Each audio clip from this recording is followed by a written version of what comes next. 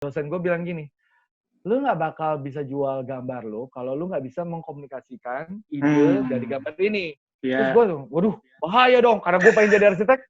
Kalau gue jago gambar, katakanlah kalau gue jago gambar ya, gue nggak bisa komunikasiin juga nggak dapet duit dong, gitu kan. Gue belajar, nah, setelah gue latih, gue tuh dapat nilai A, Gat,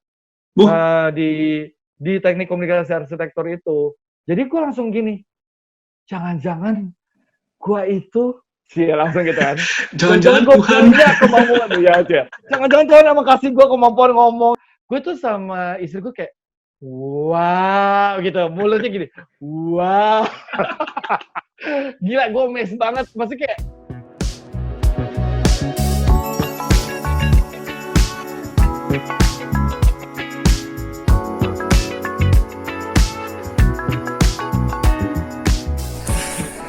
Halo sahabat semua, apa kabarnya? Gue udah kayak Mario Teguh belum? Sahabat super. Tapi gue bukan Mario Teguh, gue Jagat. Perkenalkan, di sini adalah video pertama gue. Selamat datang sebelumnya di akun YouTube pertama gue.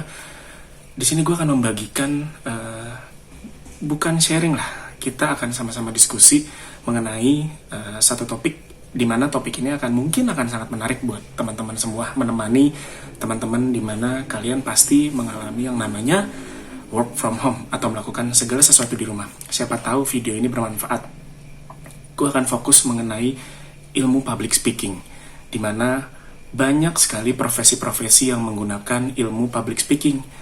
Contoh nih ya, ada yang namanya host, presenter, penyiar berita, jurnalis televisi, terus aktor, itu juga membutuhkan public speaking, dan masih banyak lagi, terutama yang mungkin gue belum tahu siapa apa-apa aja yang menggunakan ilmu public speaking.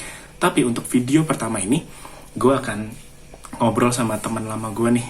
Ini bisa dikatakan teman lama, senior, terus partner. Dia adalah seorang jurnalis televisi yang menurut gue dia hits banget sih. Dia kece banget. Gimana kecenya? Karena dia udah mendapatkan banyak sekali penghargaan. Penghargaannya apa aja, gimana hitsnya, gimana kecenya nih orang. Pokoknya dia udah sangat mahir dalam dunia jurnalis, khususnya televisi, dan apalagi dalam bidang public speaking. Tapi berhubung kita semua harus mengalami social distancing, ya mau gak mau, gue harus melakukan komunikasi, ngobrol sama dia melalui via Skype atau Zoom. Asik. Gue udah terhubung dengan salah satu idola gue nih. Kira-kira, tuh lihat tuh. Ciamik ya.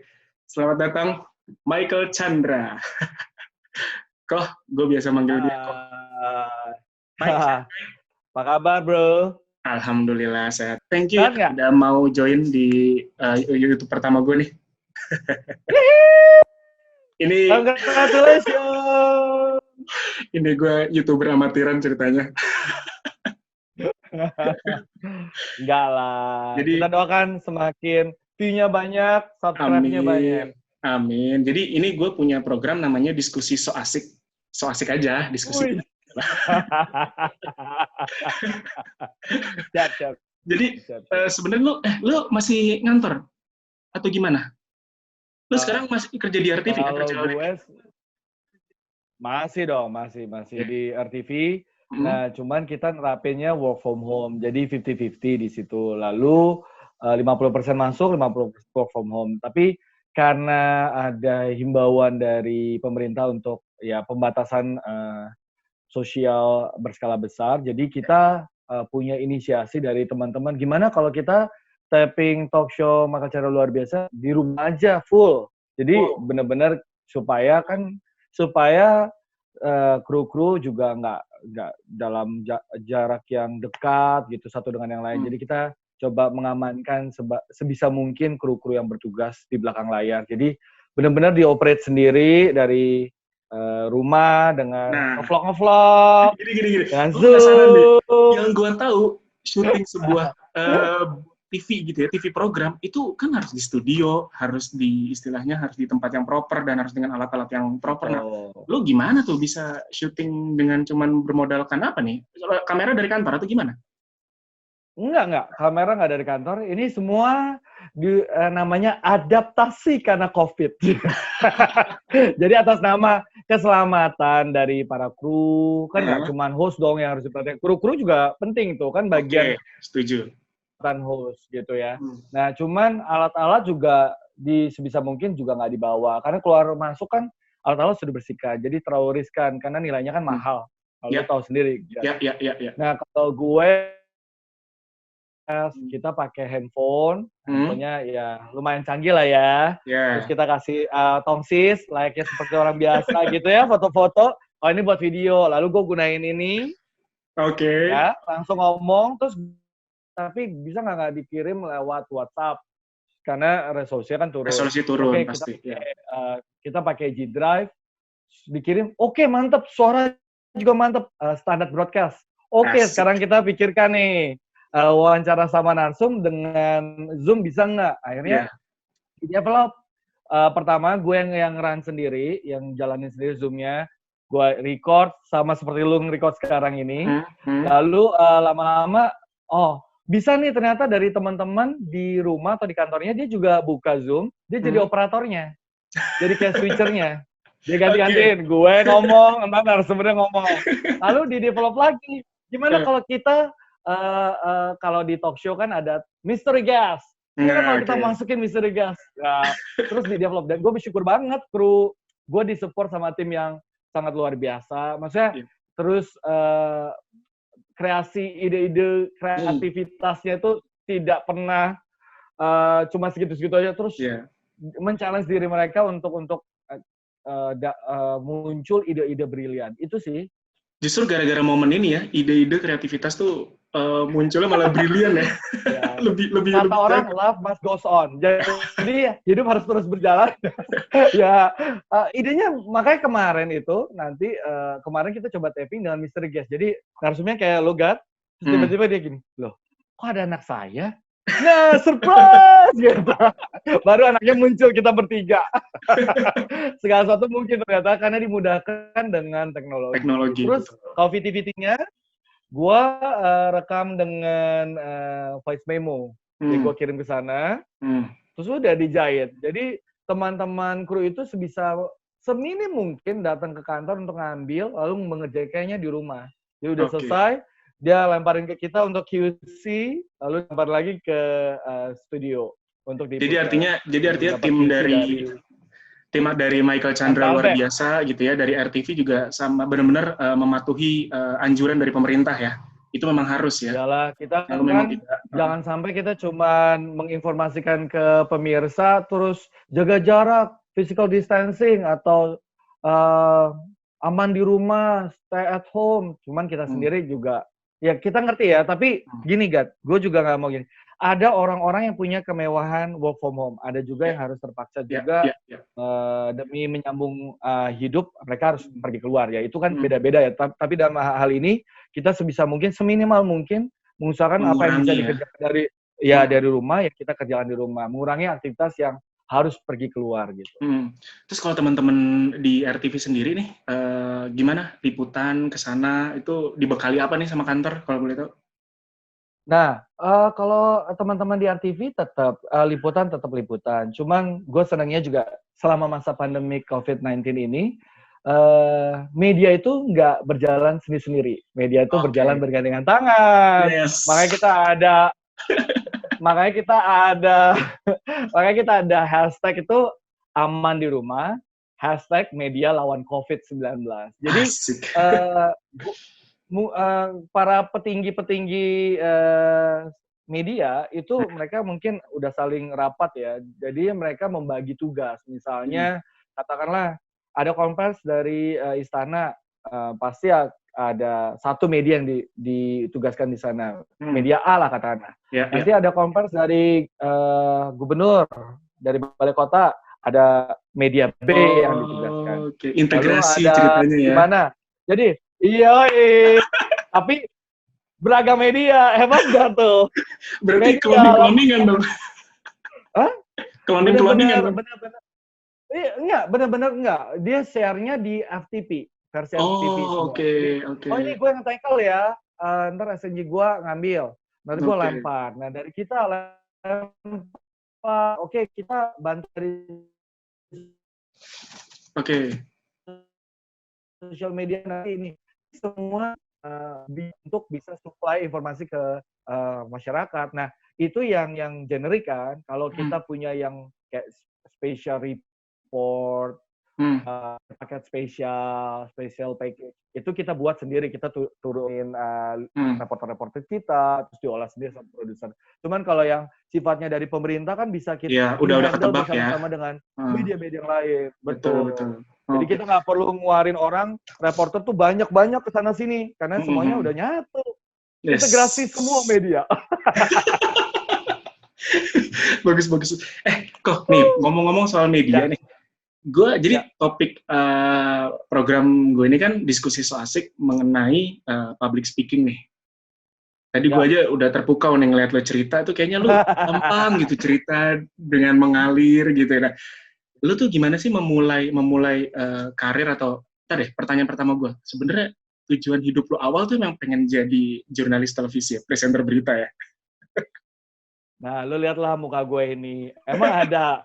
Lu lihat dari dulu waktu kecil lu lihat ada orang jurnalis modelnya kayak gini. Kan nggak ada ya. Jadi kalau lu jawab lu itu udah pasti gue kecebur. Kecebur. Jadi gue sering, gue udah jawab banyak nih pertanyaan mahasiswa juga. Emang dulu pernah cita-cita? Jangankan cita-cita. Kepikiran ada profesi ini aja kagak tahu gue.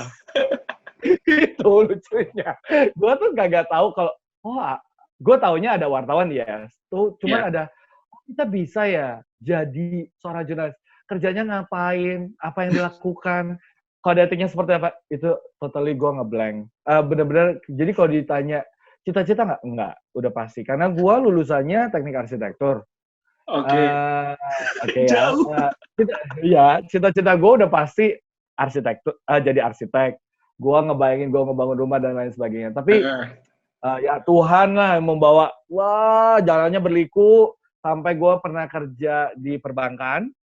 Baru gue memberanikan diri, somehow adalah titik temunya. Gue itu, jangan salah, ini gue mau ceritain lu dulu. Sebelum masuk sana, gue itu selama dari kecil sampai kuliah, gue orangnya pemalu. Mungkin orang-orang udah pada tahu ya. Dan gue nggak terlalu suka ngomong. Nah, yang satu-satunya membuat gue menggali kemampuan gue public speaking, ya, which is karena lu ngebahas itu, adalah ketika gue mata kuliah teknik komunikasi arsitektur, dosen gue bilang gini, lu nggak bakal bisa jual gambar lu kalau lu nggak bisa mengkomunikasikan ide dari gambar ini. Terus gue tuh, waduh, bahaya dong, karena gue pengen jadi arsitek. Kalau gue jago gambar, katakanlah kalau gue jago gambar ya, gue nggak bisa komunikasiin juga nggak dapet duit dong, gitu kan. Nah, akhirnya gue belajar. Ya, maklum lah ya, kan begini. Jadi, profit oriented banget gitu. Nah, terus habis itu gue belajar. Nah, setelah gue latih, gue tuh dapat nilai A, Gat. Di teknik komunikasi arsitektur itu. Jadi, gue langsung gini, jangan-jangan gue itu langsung gitu kan. Jangan-jangan gue Tuhan punya kemampuan ya. Jangan-jangan Tuhan emang kasih gue kemampuan ngomong sebawel ini gitu kan. Terus gue ngelatih. Pertama gue ngeberaniin nge-MC nggak dibayar lah. Oke. Awalnya nge-MC lo ya, nge-MC gitu ya. Dari teman-teman gitu ya. MC kawinan. MC kawinan. Gue nyari teman gue. Mana yang mau gratisan sini gue MC-in. Gue nulis tuh, gue latihan gitu ya. Terus gue gemeteran. Terus tapi gue merasa, coba lagi deh. Tapi gue kasih setnya tuh bener-bener set yang pendek-pendek. Pokoknya kan kemarin tuh gemeteran semua. Sekarang gemeterannya cuma usaha kaki nggak gemeteran, tapi tangan masih gemeteran. Akhirnya gue, kayak gitu. Terus berikutnya tangan gue nggak gemeteran, tapi suara gue masih bergetar. Jadi lama-lama gue setting goals kecil gue supaya gue bisa overcome nervous, rasa takut dan lain sebagainya. Itu sih yang gue lakukan. Nah, sembari itu berjalan, terus gue kerja di perbankan yang melatih gue ketemu orang, ngobrol sama orang, terus fact finding dan lain-lain. Itu mengasah jam terbang gue untuk ngomong. Nah, puji Tuhannya, syukurnya gue bisa mendarat habis itu tahu iseng-iseng naruh CV di media. Nah dipanggil tuh. Nah jadilah gue reporter. Tunggu. Apa gitu yang lah, ngebuat singkat ceritanya begitu. Tapi apa yang ngebuat lo dengan pede gitu ya, naruh CV di media? Apa kira-kira ada disuruh orang kah atau gimana? Pertanyaan hebat. Nah gini, awalnya gue itu kan orang tua gue gini, lu MC? Iya. Otodidak? Iya. Gue nggak mau itu tuh ngambil kursus-kursus lah supaya nggak otodidak banget gitu. Jadi ada teknik-tekniknya. Oh ya udah boleh, gue ngambil short course. Nah, kayak kursus singkat gitu 3 bulan. Nah, gue latihan memperbaiki teknik-teknik gue nge-MC. Nah, lu ketebak nggak? Mereka ada study tour. Kemana coba? Ke RCTI. Study tournya, ya nggak apa-apa ya, nyebut merek ya, ke RCTI gitu. Nggak apa-apa. Tempat gue menimba ilmu kok, gue dengan sangat bangga. Nah, ke RCTI. Nah, udah di RCTI, gue kunjungan kan, sosok baca sekilas info seperti biasa kan gitu. Michael, coba baca. Ketemunya sama siapa coba? Gue ditemenin sama Ines Mbak Tiara. Oh, Ines Enggak, Ines Terus gue kan udah selesai study tour. Terus gue pulang. Terus besoknya setelah selesai kursus ini gue sama teman-teman angkatan gue itu gini, kita nyoba yuk taruh CV, karena sebelum pulang dari study tour itu ada yang nanya nih, Pak kalau kita taruh CV boleh nggak? Oh taruh gitu. Jadi kita janjian lah sebar CV. Nah, yang lainnya sebarnya ke produksi karena berharap jadi host beken kayak Raffi Ahmad dan sebagainya ya. Namanya waktu itu masih baji tampil teman-teman gue. Nah kalau gue kan nggak selucu Raffi Ahmad gitu ya. Nah, akhirnya gue taruh memberikan diri ke news. Nah, itu udah lama banget, Gat. Kayak berbulan-bulan setelah ini gue pikir udah diabaikan gitu ya CV gue. Ternyata setelah hampir setengah tahun gue ditelepon. Ini yang naruh CV ya? Oh, iya. Datang ikut audisi. Oh, audisi. Akhirnya gue ikut audisi. Dari ribuan kepilih 100, dari 100. Wah, ribuan kok? Serius? Dari ribuan seleksi kayak ini ya. Iya. Dipanggil 100 orang tuh. 100 orang, ya disortir lagi dari wawancara dan baca dan lain sebagainya. 25 orang. Nah, 25 itu tes psikologi, psikologitas itu lulus 8. Terus tes kesehatan lulus 6. Jadilah gue 1 dari 6 orang diterima. Luar biasa ya. 1 yang diterima. Gue aja suka miss. Cuma 1? Gue 1 dari 6 orang yang diterima. 6. Oke. Nah, 6 orang lu masih inget nggak 6 orang itu siapa aja? Nah, masih dong. Gustaf Aulia. Lady Sumarmata. Teman kita. Lady Sumarmata. Diana Zain. Abi Naufal. Todi Cokro. Nah, sama Ira Syarif. Nah, sekarang pertanyaan gue dari 6 itu yang masih bertahan di dunia pertelevisian pemberitaan siapa? Maksudnya gimana nih? Yang masih bertahan di TV, masih bertahan di TV.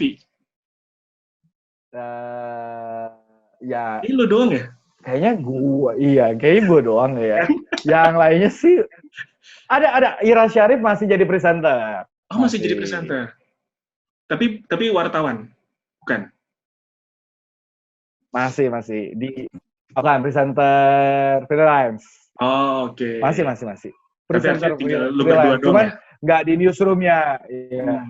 Yang lainnya udah ada yang ngajar, ada yang jadi marketing, ada yang jadi humas, banyak. Berarti total udah berapa tahun? Agak ceritanya. Berapa tahun tuh? Nah, di RCTI gue 10 tahun, habis itu gue pindah ke RTV udah 5 tahun. Jadi 15 tahun.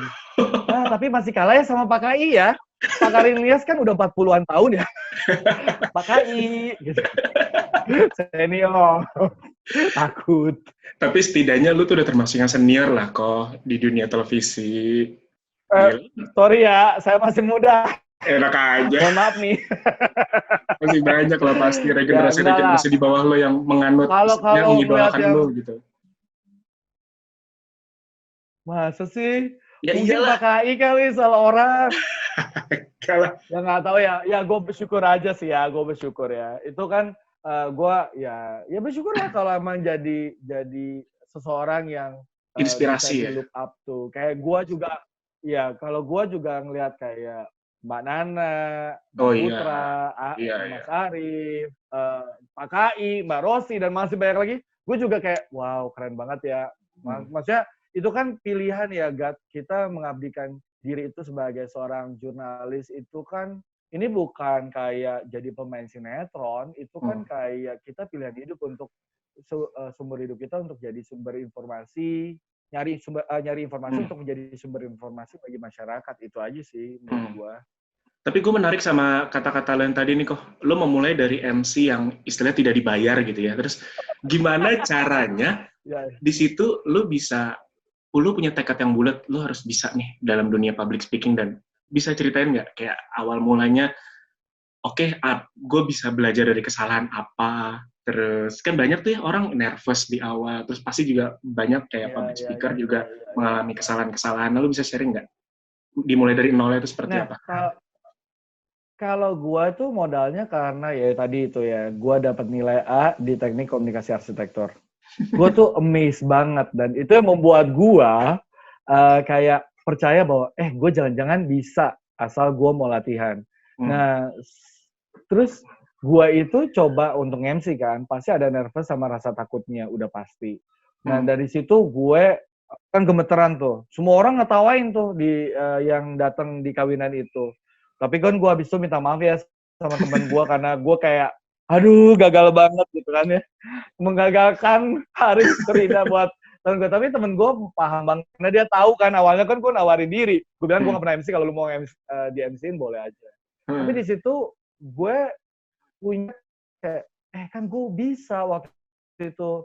Kayaknya gue mesti, jadi bener-bener otodidak. Jadi gue mulai dari setting goals kecil gitu. Oke, kalau gue ngamatin, gue itu persiapannya nulis kata-kata yang mau gue sampaikan itu terlalu dadakan. Oke, gue coba lagi next berikutnya, kawinan berikutnya, gue nulis tapi udah gue kurang lebih hafalkan dulu sehari sebelumnya, jadi nggak dadakan. Terus gue ngasih target ke gestur badan gue, kaki nggak boleh gemeteran, tapi tangan masih gemeteran nggak apa-apa. Jadi gue kayak target kecil supaya lu bisa atasin. Jadi lu nggak under pressure. Nah, ketika itu gue berhasil, terus gue mikir, ternyata gue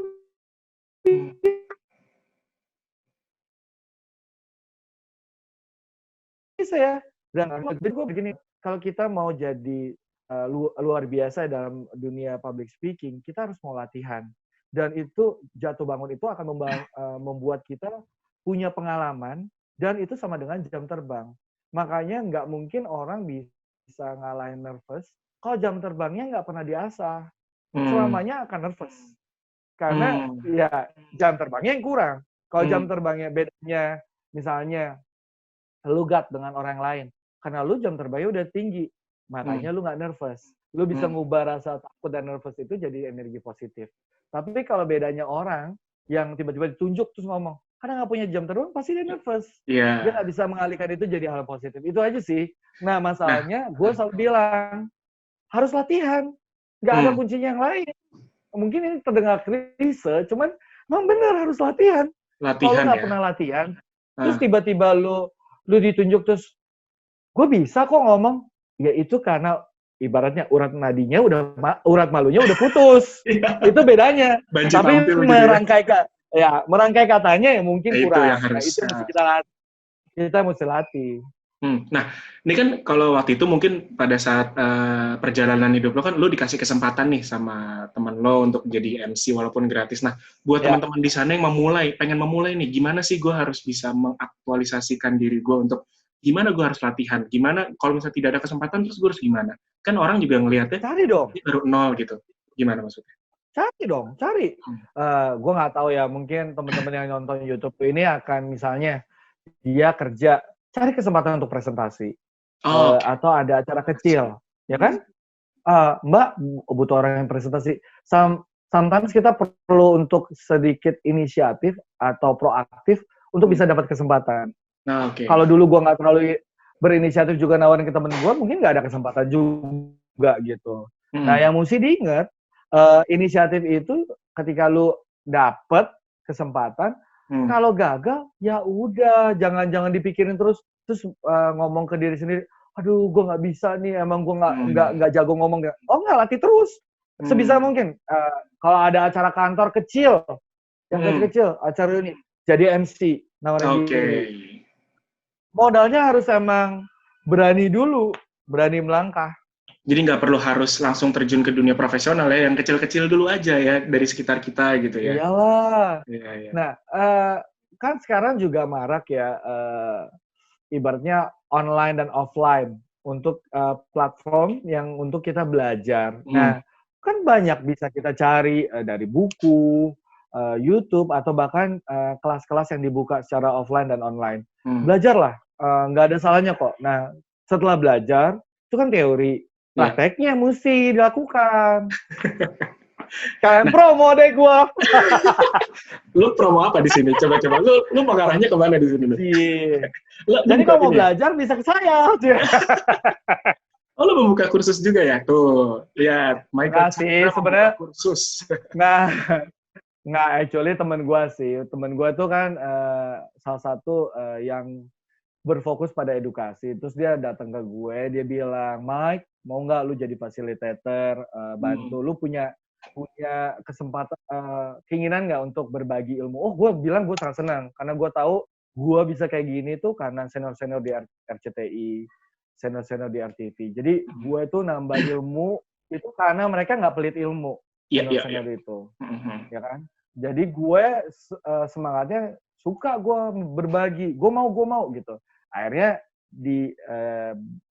dipersatukan dalam satu platform ini, platform offline lah. Offline, masih offline lah. Boleh nyebut merek nih? Boleh. Boleh nyebut merek.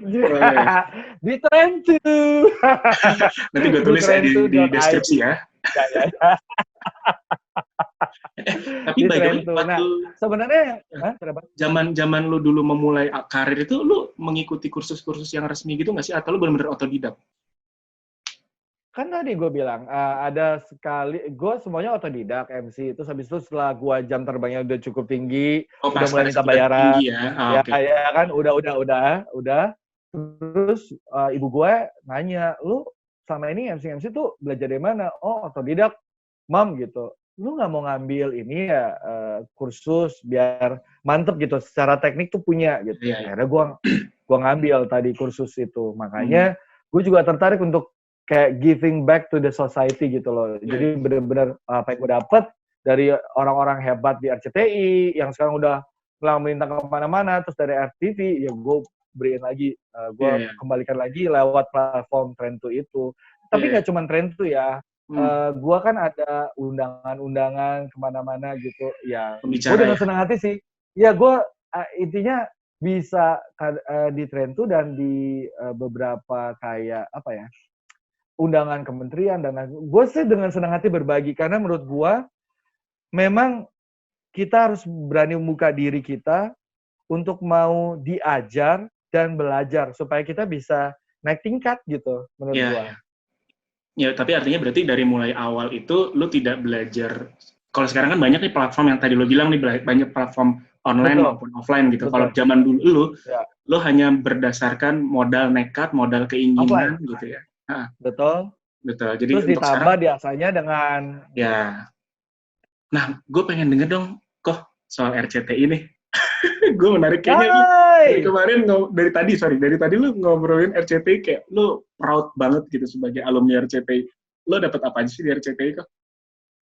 Lah, ya gue dapat banyak ya ilmu. Gue tahu banget ya dari dulu itu kan yang tadi gue cerita ya. Gue aja tahu apa kata jurnalistik itu. Tahu nggak waktu gue masuk jadi reporter? Enggak. Jadi gue di situ dididik, dijelasin tugasnya reporter tuh ngapain, bagaimana kita, apa yang harus dicatat, apa yang harus diinformasikan ke masyarakat. Pokoknya 101-nya jurnalistik itu gue belajar banget dari RCTI. Jadi arti yang RCTI itu gede banget dimana buat lo ya? betul, itu kayak ibaratnya sekolah Hmm. sekaligus kayak keluarga buat gua. Jadi Hmm. karena gua 10 tahun jadi agak cukup sentimental ya gua ngomongin RCTI, Iya. karena di tahun-tahun awal tuh gua kayak ditempa banyak ya, pastinya diomelin. Tapi gua merasa orang-orang iya ya, tapi gua ngerasa orang-orang yang ngomel-ngomelin gua itu ngomel karena sayang, karena pengen Oke. kita naik tingkat, naik Iya, iya. level. Ya lu kan ngerasain juga, Gat. Lu jangan pura-pura nggak tahu. Kan diomelin, kayak, "Oh ini apa tulisan?" gitu kan. Dirobek, kertas Tulisannya jelek, dibuang. robek, buang gitu ya. Tapi gue ngerasa, iya ya, gue belajar gimana supaya gue gak diomel-omelin. Jadi gue membuat tulisan bener-bener kita pikirkan, kayak gimana kita meramu kata, kalimat, dan lain sebagainya. Nah, terus di saat gua live report, di saat gua siaran, itu banyak banget orang-orang yang nggak pelit ilmu yang gue uh, masih inget jelas di otak gue siapa orang yang setiap hari gue recokin kayak, "Mbak, liatin dong tulisan gue bagus gak sih?" gitu. "Kurang apa? Mbak, liatin dong siaran gue bagus apa gak sih? Mas, liatin dong live report gue." Ini gue inget banget. Dan mereka tuh nggak pelit kasih kritik, nggak pelit kasih ilmu, dan buat gue kalau gue sampai di posisi ibaratnya gue bisa dilirik, ibaratnya gue bisa pindah ke TV lain, itu ya berkat didikan RCTI yang menurut gue 10 tahun tuh sangat membuat gue tumbuh berkembang pesat lah di RCTI. Jadi buat gue itu udah kayak keluarga gue sih. Suka duka liputan kok. Lo kan dulu juga pasti liputan dulu dari awal kan. Suka dukanya tuh lo dapetin apa Ya, aja sih? gue walaupun gue siaran juga tetap liputan, gak kayak ya awal-awalnya sih Jadi lo liputan. bukan presenter ini ya, bukan Tapi masih presenter liputan manja ya. juga kok. Em. Mau ngangkat tripod ya, mau Enak aja ngangkat loh. tripod ya. Ya, ya, ya. Iya dong. Banyak kok saksinya, iya kan, ya kan, ya kan yang nonton. Jadi gue itu 2 tahun awal, gue tuh jadi reporter kriminal, program kriminal ya. Jadi gue lihat mayat, lihat kasus-kasus lah, penggerebekan sabu, ganja, dan lain sebagainya, ikut malam-malam grebek gitu ya. Gue padahal mukanya begini, gue takut. Jujur waktu awal-awal gue gini, ini kerjaan apaan sih? Secara lo dari bank ya, Tapi lama-lama, iya. kuliah Tapi arsitek. lama-lama, ya itu kayak, lu ngerti gak sih? Kayak iya, orang kan suka gini, terus kenapa lu milih stay? Itu kayak, apa ya? Mungkin lu bisa gambarin ya. Gue nggak nemuin kata kayak candu. Lu kayak pengen gitu ya. Aduh maaf ya, candu dalam hal positif Iya, gitu ya. nagih gitu ya, Kayak nagih gitu. nagih gitu. Kayak adrenalin yang nggak terkatakan gitu kan. Kayak, waduh seru banget. Terus gue kalau pulang, walaupun gue capek, gue cerita ke orang tua gue, ke pacar gue, kayak yang sekarang istri ya. Pacar gue kayak excited gitu. Terus besok gue pengen lagi, dapat lagi yang baru, dapat lagi. Itu yang membuat gue akhirnya stay di situ. Nah setelah kriminal 2 tahun, gue 6 bulannya reporter di Megapolitan. Banjir tuh Gat, yang segini gitu kan, 1,5 meter, ya nyaris 2 meter, terus lain-lainnya. Setelah itu gue 5 tahun jadi reporter Istana Kepresidenan. Nah itu banyak pergi sana ke sini dan lain sebagainya. Nah Zaman siapa itu tuh kok? udah zamannya Zaman Pak SBY. Mas Nah B. Pak SBY 2000 kan Pak SBY itu 2 kali, 2 periode gue dapat dua-duanya. Nah itu udah keluar negeri, keluar kota. Jadi kalau itu sukanya menurut gue, kita bisa traveling kemana-mana, walaupun dalam tugas peliputan ya, dan kita bisa foto-foto. Bahkan ada daerah-daerah yang kalau kita punya uang pun, kita mungkin nggak milih itu jadi daerah destinasi wisata kita kali ya, gitu. Jadi gue bisa ke sana. Nah, setelah itu, gue tetap liputan. Jadi, yang gue ceritain tadi tuh, sembari gue liputan, ya sembari gue siaran juga ya, gue lakukan. Nah, setelah itu, gue dibuatin kayak segmen khusus di RCTI yang bisa gue gue kelola sendiri sembari gue liputan sekaligus gue siaran. Nah itu dari semuanya itu dukanya cuman gini, mungkin waktu pacaran kurang, lalu tanggalan tuh kayak ini hari apa sih gitu, ini libur apa sih, oh Natal, oke, masuk gitu, kayak nggak kenal hari. Ya itulah, cuman semuanya terbayarkan ya kalau gue bilang dukanya itu dengan satu yang kalau kita liputan ya, kita bawa sesuatu yang informatif gitu buat masyarakat, udah tuh dukanya sirna aja, menurut gue sih ya, nggak tahu lu kan. Tapi kalau gue kayak ngeliat hasil gue liputan, tayang gitu ya. Kayaknya seneng gitu ya. Wow, gitu kita kayak, wow, amazing, bisa tayang. Apalagi on cam kita ditayangin ya. Wow, itu lagi. Itu kan on cam dulu mahal banget ya, nggak mungkin lo tayang kalau nggak bagus-bagus amat gitu. Iya. Jadi kalau tayang, terus apalagi produser gini, Mike, mukanya gini, terus gini. Wih, bisa langsung makan steak kita. Kayak perayaan kecil gitu, kayak bangga gitu. Berarti ya, benar-benar lo dari hati ya untuk jurnalis ya? Aduh, gue nggak tahu deh. Mungkin orang yang bisa nilai. Kalau gue sih, gue cuman gue suka banget melakukan itu. Kayak seneng banget. Gue kayak seneng. Nah itu artinya dalam perjalanan panjang lo ini gitu ya, lo ada nggak sih mengalami titik, aduh gila sih ini gue jenuh banget sih, gue udahlah gue kayak cari browsing lamaran kerja tempat lain, non-media gitu. Lo ada nggak sih dalam perjalanan lo 15 tahun ini lo ngalamin kayak gitu? Ada tawaran di mana yang non-media? Ayo jujur. Nggak, gue jujur ya, enggak. Tapi gue bersyukur gini, setiap gue, tapi kalau gue bohong kalau gue bilang nggak ada titik jenuhnya. Ada. Beberapa kali gue titik jenuh di RCTI, selalu di-upgrade atau di-challenge lebih sama atasan untuk melakukan sesuatu. Dan itu momennya selalu pas.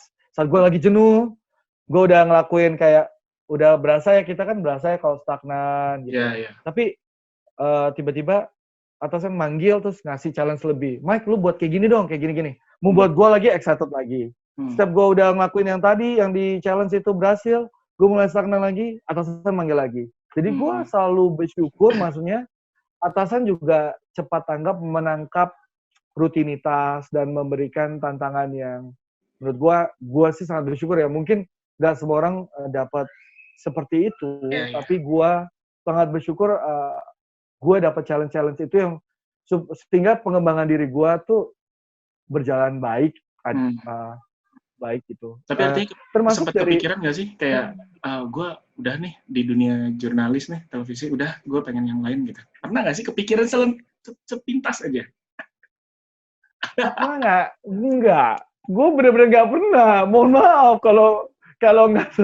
Tapi bener-bener gue nggak pernah. Karena gue yang tadi gue bilang, gue suka banget ngelakuinnya. Jadi gue nggak ngerasa kayak gue melakukan yang lain gitu loh. Iya. Jadi benar-benar lo pakai hati gitu dan lo menjalaninya dengan ya udah gitu. I love your passion sekarang. Iya, dan gue bersyukur juga ya ketika memang ada momen di mana gue ngerasa kayak stagnan, terus atasan di RCTI itu udah nggak sama sekali, ya udah mau gimana dong, udah nggak ada challenge lagi yang bisa gue tawarkan gitu ya. Tapi gue bersyukur ketika gue coba ngejalanin itu, tiba-tiba ada tawaran masuk memberikan challenge yang baru. Ya gue ibaratnya kulonuan lah ya. Makasih RCTI, terus gue terima challenge yang baru lagi gitu ya. Dan itu semakin membuat gue maksudnya kayak secara pengalaman gitu. Karena yang lainnya lagi benar-benar bagaimana memanage orang. Kalau dulu gue memanage diri gue sendiri, bagaimana gue jaga semangat gue, performance gue. Nah ini menjaga performance orang lain dan lain sebagainya. Dan gue semakin senang karena dapat challenge itu sih ya. Jadi gue bersyukur, gue belum pernah terpikir yang lu tanyakan itu bener. Dan dalam itu berawal, 15 tahun ini. Iya, dan itu berawal dari MC gratisan yang lo jalanin pertama kali itu ya? Ya, kalau dibilang, iya, kalau gue pikir gini ya, tapi itu semua berawal dari teknik komunikasi arsitektur itu. Kalau itu gue dapetnya jelek, mungkin gue nggak akan nekat untuk berpikir kayak ini. Tapi kalau gue juga nggak pernah nyoba MC, gue selalu berpikir gini, what if ya kalau gue MC itu, waktu nyoba gratisan MC itu, sekali itu gagal. Habis itu gue nggak lanjutin lagi, men-challenge diri gue lagi. Mungkin ya, Mungkin gue juga nggak akan ada di sini gitu. Betul. Jadi itu semua berawal dari men-challenge diri, menantang diri terus. Dan lo kayaknya harus sungkem sama dosen yang bilang, lo harus banyak menjual karya lo itu for arsitektur itu ya. Gue masih ingat, Ibu Khadijah, selamat malam. Masih ingat gue. Yang membuat lo mikir untuk bisa menguasai ilmu public speaking. Oke. Ini pertanyaan klise sih sebenarnya. Tadi lo udah jelasin ya, teknik public speaking dan lain-lain. Tapi ini pertanyaan menurut gue mungkin fundamental ya. Gimana sih sebenarnya trik-trik bahasa lu kayak pejabat, trik-trik mengatasi rasa grogi, takut awal banget? Ini trik dasar apa sih saat itu, apa yang lo pikirin untuk mengatasi rasa itu? Takut untuk, jangankan ngomong ya, berdiri dan maju ke depan aja kadang orang udah takut, ya nggak? Ketika ada perkumpulan apa, ayo kamu siapa yang bisa jawab, maju, untuk berdiri aja tuh orang udah takut. Gimana untuk megang mic? Menurut lo gimana sih hal dasar yang harus orang taklukkan gitu, rasa takut itu? Takut itu menurut gue nggak bisa ditaklukkan. Takut itu emang sudah dasarnya sebagai manusia kita punya gitu, Gat. Jadi menurut gue yang bisa kita siasati, itu selalu gue, di mana-mana gue selalu bilang, preparation. Persiapan itu it a must. Lu nggak mungkin bisa deliver presentation keren atau nge-MC keren kalau lu nggak pernah ada persiapan. Persiapan itu apa sih? Ya lu tahu apa yang lu mau ngomongin. Kalau materinya lu nggak tahu sendiri, nggak ngerti, terus lu mau ngomong keren, itu namanya jual obat. Isinya. Ini maunya bagus, ini bagus, beli ini gitu kan. Itu ngomong. Cuman yang lu harus tahu ya kontennya. Lu mau cerita apa gitu kan. Nah, lu latihan, yaitu persiapan. Nah, sama satu hal yang gue selalu bilang ke teman-teman tuh ya, kalau gue sharing di platform offline atau online, gue selalu bilang, lu latihan, lu juga ngerasain dong, kayak coba lu nyoba mic-nya, lu denger suara lu sendiri. Tapi karena kita kalau nggak pernah denger suara sendiri, kita jadi amazed dan kaget sendiri dengan suara kita. Lalu grogi itu muncul. Jadi GR, gladi resik itu perlu buat kita yang nyoba awal ya, gitu. Jadi supaya kita tahu. Lalu kita juga bayangin, orang banyak nggak sih yang nonton? Kita bayangin, visualisasiin orang tuh banyak. Wah, ntar gue ngeliat kemana aja. Hal-hal yang remeh-temeh sebisa mungkin kita atasi dengan gladi resik. Paling nggak itu, kalau tadinya groginya segini, itu ter-reduce sedikit. Nah, kalau udah perform, ya ada grogi lagi, paling nggak naik dikit. Tapi nggak yang dari udah segini, tambah ke atas lagi, udah tambah grogi dan hancur gitu. MC atau gue pernah denger tuh katanya kalau kita lagi ngomong depan umum gitu, anggap aja orang nggak ada, anggap aja orang itu botol. Itu bener nggak sih? Menurut lo? Nah, ya enggak lah ya. Kalau enggak, itu kayak kita nge-MC tanpa rasa gitu loh. Iya. Iya nggak sih? Kayak kita ngomong sama orang, nggak cuma nge-MC, tapi presentasi. Itu kayak ngomong sama tembok. Jadi kita kayak, ya kita masuk ke bab yang selanjutnya, kayak bodoh amat. Itu akan mempengaruhi nada bicara kita, vokal kita, terus kayak tatapan mata kita kayak kosong aja. Jadi pasti nggak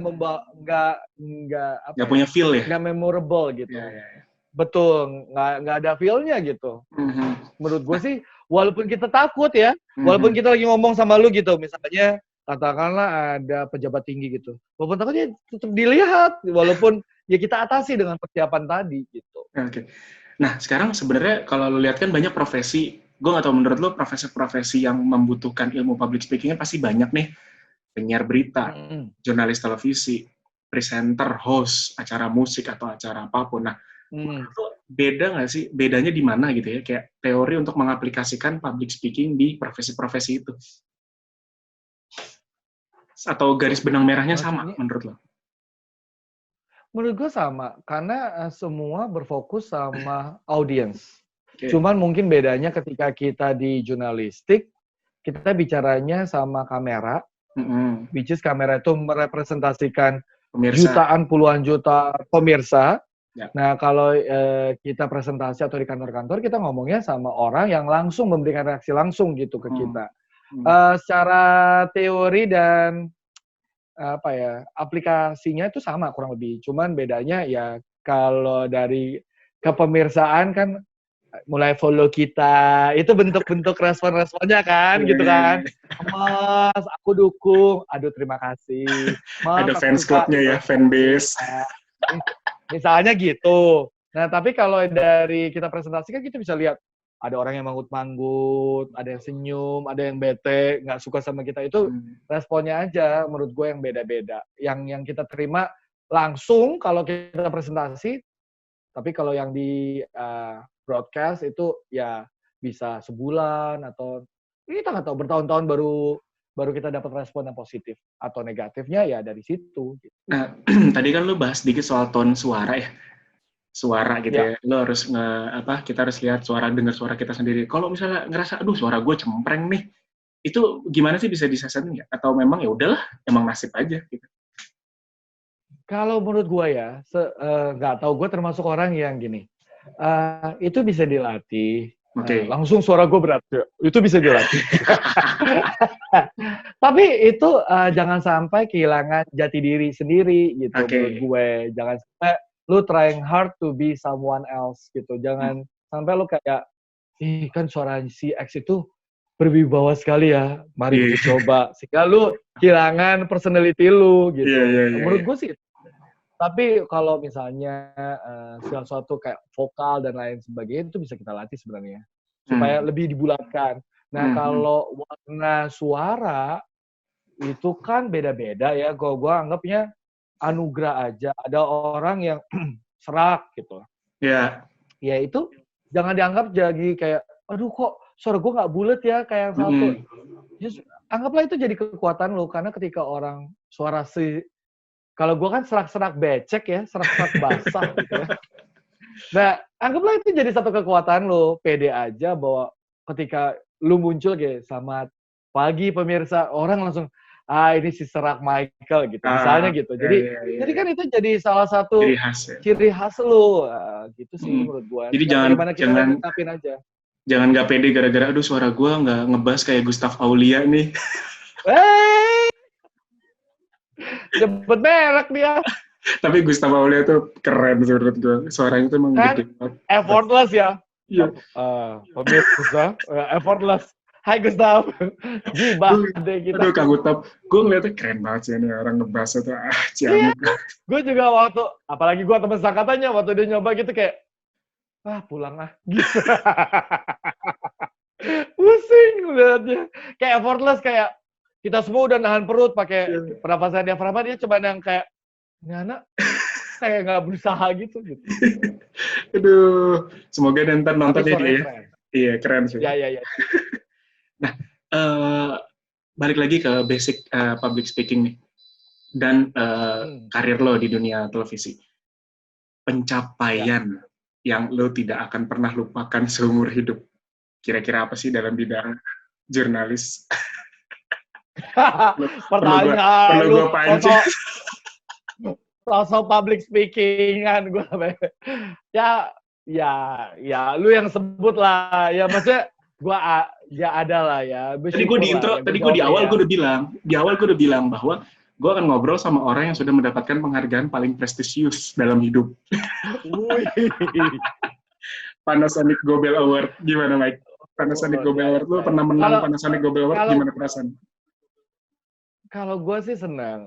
Jujur, ya namanya manusia pasti senang lah ya. Apalagi nih penghargaan untuk saat ini untuk saat ini sudah ada beberapa penghargaan ya. Tapi waktu zaman itu kan, itu penghargaan buat semua insan televisi. Jadi buat gue, dulu gue sering lihat ada orang waktu kita kecil kita lihat oh yang ini menang. Tapi gue ngebayangin diri gue sendiri masuk nominasi itu di luar mimpi-mimpi gue gitu ya. Apalagi memenangkannya gitu kan. Jadi waktu gue di-announce, jujur nih waktu di-announce tuh masuk ke nominasi aja, gue tuh sama istri gue kayak wow gitu, mulutnya gini, wow. Gila, gue amazed banget. Pasti kayak, wow. Gila, ini anugerah Tuhan banget. Gue selalu gitu ya, anugerah Tuhan banget. Kebayang juga enggak, kepikiran juga enggak. Udah masuk gitu ya. Udah masuk terus gue nating tulus, gak bener-bener kayak, ya udah, nah, kalau masuk ya kan dapat undangan tuh. Ya kita datang lah ya. Tapi sampai di announce menang itu gue juga yang, wow, kayak, lebih gede ya. Benar-benar gue juga kayak amazed, kayak hilang sejenak gitu, kayak hah, nama gua gitu, nama gua gitu sih, gue kayak wow. Terus yang lucunya istri gue juga se-excited itu ya, kayak kita tuh nganggep itu kayak anugerah lah. Iya. Dan gue bersyukur ya kalau itu bentuk apresiasi dari masyarakat, ya gue syukurin aja ya. Siapalah gue sampai gue bisa dapat hal seperti itu, ya gue sangat bersyukur aja dan berterima kasih buat siapapun yang vote. Nah, dan ketika lu dapat 1, lu kan kayak wow, itu aja udah luar biasa. Nah, dapat 2 tuh gue juga kayak wow. Hal yang sama, karena gue ya mungkin ya kayak gue nggak, ya kan yang keduanya itu in between antara gue ada di tahun akhir gue di RCTI dan juga pemilihannya mulai waktu gue di zaman gue RTV. Jadi itu kayak ya dua TV ini sangat membantu gue, kayak wow, gue juga di RCTI ya gue akan siaran di situ, terus di RTV juga bantu vote, mungkin di RCTI juga bantu vote, jadi gue kayak wow, dapat lagi. Jadi gue selalu orangnya gini ya, segala sesuatu yang ada di hidup ini yang kita syukuri ya. Gue yakin segala sesuatu itu everything happen for a reason. Jadi sekarang pertanyaan terbesar buat gue, kalau Tuhan udah kasih gue ibaratnya ya berkat seperti ini, apa yang mesti gue lakukan dalam hidup gue? Ya, yang salah satunya yang menurut gue harus gue lakukan ya gue berbagi ilmu. Which is karena gue kenapa bisa dapat penghargaan atau apresiasi itu ya karena ilmu-ilmu orang-orang yang luar biasa itu yang diberiin ke gue. Jadi itu yang kenapa membuat gue semangat untuk berbagi dan mengajar sekarang. Sambil terus disibukkan dengan siaran dan sebagainya. Itu sih, Gad. Keren. Nah, setelah dapat piala itu harga lo naik ya? Harga lo nge-MC, harga lo siaran. Masa sih? Enggak. Menurut gue sih enggak. Gila lu punya embel-embel siaran. Gila, gue pemenang Panasonic gitu. Masa harga gue? Kalau MC gue kayaknya enggak ya, tapi ya naik dikit boleh lah ya. Sesuai UMR lah ya. Naik dikit boleh dong ya. UMR naik. Tapi nggak langsung yang tiba-tiba gitu. Ya enggak lah, ya naik. Mungkin karena kalau gue nyikapin gini, kan waktu itu pembagiannya kalau nggak salah 2013 itu mau jelang-jelang akhir tahun. Iya. Jadi kan memang kalau ya namanya inflasi ada ya. Jadi awal tahun naik gitu. Rumah aja kata Mbak Penny Rose, harga naik besok gitu kan. Mbak Penny Rose. Ya ini juga tahun baru ya naik lah gitu. Itu bukan karena gue dapet penghargaan terus gue naikin, enggak. Tapi karena tahun baru terus inflasi ya naik lah. Naiknya juga di-adjust-nya sesuai dengan inflasi lah, jadi naik dikit. Nah, kalau untuk yang gaji dan sebagainya sebagai profesi ya lagi-lagi kan nggak ada korelasinya, Gad, gitu. Karena ya kan jurnalis lagi-lagi kita ya apresiasi diberikan karena ada bentuk support dari masyarakat dan orang-orang nonton lah apa yang kita buat. Tapi kan itu semua yang kita lakukan itu bukan sendiri kan, itu kan yang kita lakukan tuh sama tim yang di belakang itu produser, EP,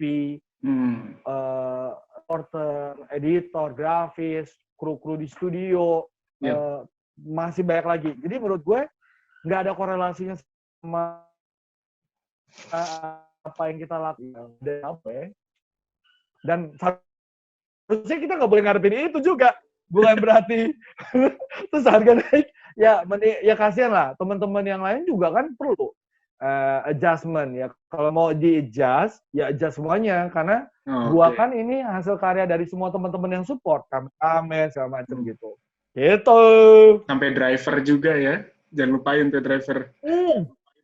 Iya, nah driver juga toh. Gue ingat banget kalau driver dulu program kriminal, dia cepet banget. Kita ke sana, gitu. Jadi dia nggak cuma driver kriminal, program kriminal, tapi driver-driver yang lain juga sangat membantu dan baik gitu. Oke, terakhir Jadi dalam kesimpulan kita pembicaraan malam ini yang sangat berfaedah nih, menurut gue ini sangat berfaedah. Mudah-mudahan ya. Jadi saran dan tips atau semangat lo deh buat teman-teman yang ngelihat atau sahabat-sahabat kita yang ngelihat tayangan ini, yang gue ragu nih, gue mau ikut jadi profesi public speaking atau gue pengen terjun ke dalam dunia profesi jurnalis mungkin, itu gimana, lo ada tips atau semangatnya buat mereka-mereka? Oke, yang jurnalis dulu kali ya. Kalau lu ngerasa hidup lu ini soalnya bukan pekerjaan yang cuman gua seneng. Ini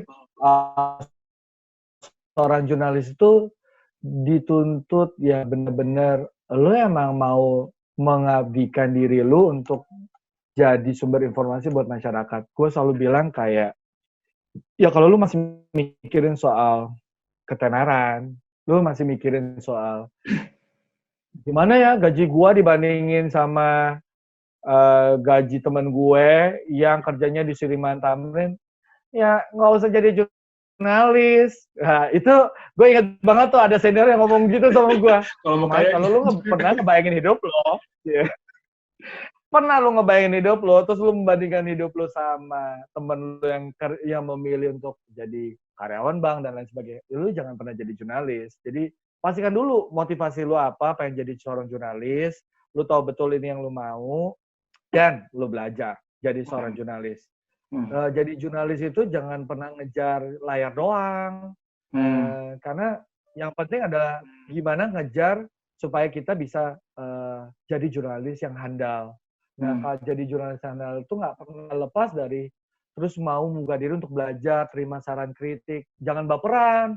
Anak-anak sekarang suka baperan ya, mohon maaf ya teman-teman ya, gitu ya. Jangan pernah baperan. Kalau kita zaman-zaman kita ya, dilemparin kaset ya, dibentak-bentak gitu, itu jadikan itu jadi kayak bumbu yang menyemangati hidup. Colek Mbak Vida ya, Mbak Vida RCTI. Mbak Vida. Hormat. Mbak Vida belajar banyak tapi kan kita. Iyalah, gila. Respect gue. Ya itu kalau kita semakin teachable, ya kita akan terus bisa menggali dari orang-orang hebat itu ilmu-ilmu yang bisa kita dapatkan. Nah, kalau buat jadi seorang public speaker, I don't know, segala sesuatu mesti dari hati. Sama kayak jurnalis, kalau lu merasa emang lu suka bercerita, jadi seorang storyteller dan lain sebagainya, mungkin lu cocok jadi seorang public speaker. Jadi semuanya dimulai dari apa kata hati atau passionnya teman-teman, lalu diikuti. Jangan nggak cuma itu aja, Gat. Ketika kita punya passion, ya kita harus latih. Nggak ada orang yang tiba-tiba bisa cuman satu lompatan terus tiba-tiba jadi orang yang hebat di dalam public speaking atau jadi seorang jurnalis. Itu perlu latihan dan pengalaman. Jadi ya kalau sekarang teman-teman kayak mungkin ada yang nonton ya, udah jadi seorang jurnalis, terus levelnya gitu-gitu aja. Ya jangan patah semangat, terus kembangkan aja apa yang bisa dikembangkan. Gue inget banget ya, dulu kita belajar kalau ada kesempatan nggak cuma reporter. Walaupun kita reporter, kalau jam-jam nganggur, belajar nanya-nanya ke kameramen, belajar kamera. Jadi ilmu itu selalu kita cari, ya nggak? Ya nggak? Jadi kita bisa VJ. Kalau udah VJ, nanya-nanya ke editor, gimana sih mas cara ngedit? Bisa ngedit. Apalagi di era sekarang, segala perusahaan kan pengennya kalau bisa satu orang bisa semuanya. Semua, ya kan? Jadi perlengkapi diri untuk mau terus belajar, menggali diri, dan belajar. Karena seorang Michael Chandra pun butuh waktu 15 tahun untuk bisa mencapai posisi ini ya. Harus diingat itu ya, reporter-reporter muda ya. Aduh, reporter-reporter muda, ingat, Pak Kai lebih dari 40 tahun belajar sampai posisi sekarang. Jadi lihatlah beliau, Pak Kai. Tapi benar sih, maksudnya biar reporter-reporter itu pada semangat. Benar. Biar mahasiswa-mahasiswa juga yang mungkin belum terjun atau tahun depan lulus mau masuk TV, biar bisa punya semangat itu. Jangan cuman gini, gimana caranya? Gue kan udah reporter cuman 2 tahun ya, udah lama tuh. Kok gue gak siaran gitu? Ingat. Terus udah gak mau ngangkat tripod ya? Putra, ya kan? Ingat Putra, ingat Arif, ingat Bang Kai, ya Pak Kai, ingat Barosi, nah semuanya tuh sama gitu. Semoga ini berguna, berfaedah buat adik-adik kita ya. Amin. Kok sekali lagi thank you ya, udah mau join di program gue. Pertama gue nih. Sama-sama. Semoga lu sehat sekeluarga ya, sehat-sehat terus. Amin. Udah cek ini belum tes COVID yang kan media disuruh tes tuh. Lu ikutan nggak? Oh enggak. Enggak. Gue nggak ikutan. Kan gue nggak ada gejala dan gue pikir alat tesnya kan terbatas. Ya, benar-benar kita serahkan buat teman-teman yang di lapangan ya, yang lebih butuh lah. Oke, sehat-sehat terus. Pokoknya sukses terus, Michael Chandra. Ya, sama-sama, Gat. Tetap low profile, gila ini emang paling the best ya, low profile banget lo. Dari dulu tuh lo selalu gue anggap sebagai senior yang low profile. Oh bisa? Serius. Bisa lo aja. Boleh tanya angkatan-angkatan gue. Boleh tanya Michael Chandra tuh paling low profile pokoknya.